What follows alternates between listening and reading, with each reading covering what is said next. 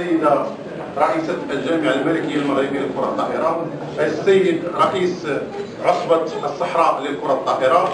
اليوم سنعمل على توقيع عقدة أهداف ما بين الجامعة الملكية المغربية للكرة الطائرة وما بين عصبة الصحراء، وذلك لتقريب مسؤولي رياضة الكرة الطائرة مع جميع المتداخلين، أذكر منهم وزارة الشباب والرياضة، كذلك أكاديمية الجهة، المجالس المنتخبة والفاعلين الاقتصاديين.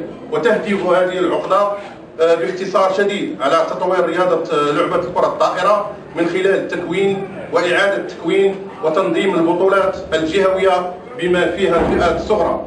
كذلك ستعمل على خلق مدارس للكرة الطائرة بالمؤسسات التعليمية، وذلك بتفعيل الشراكة الوطنية التي سنعمل على توقيعها على المستوى المحلي، وهذه أول عصبة ستقوم بتفعيل هذه الشراكة، وهو شرف لنا جميعا.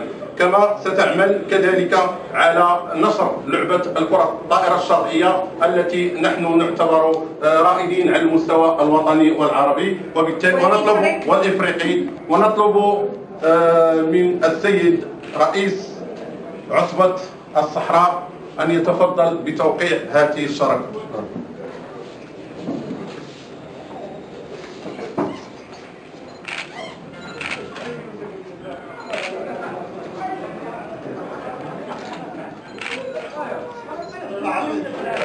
شكرا سيد رئيس العصبة.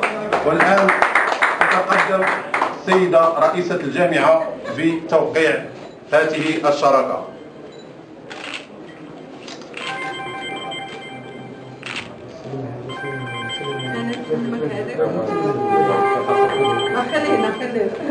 ديروا لي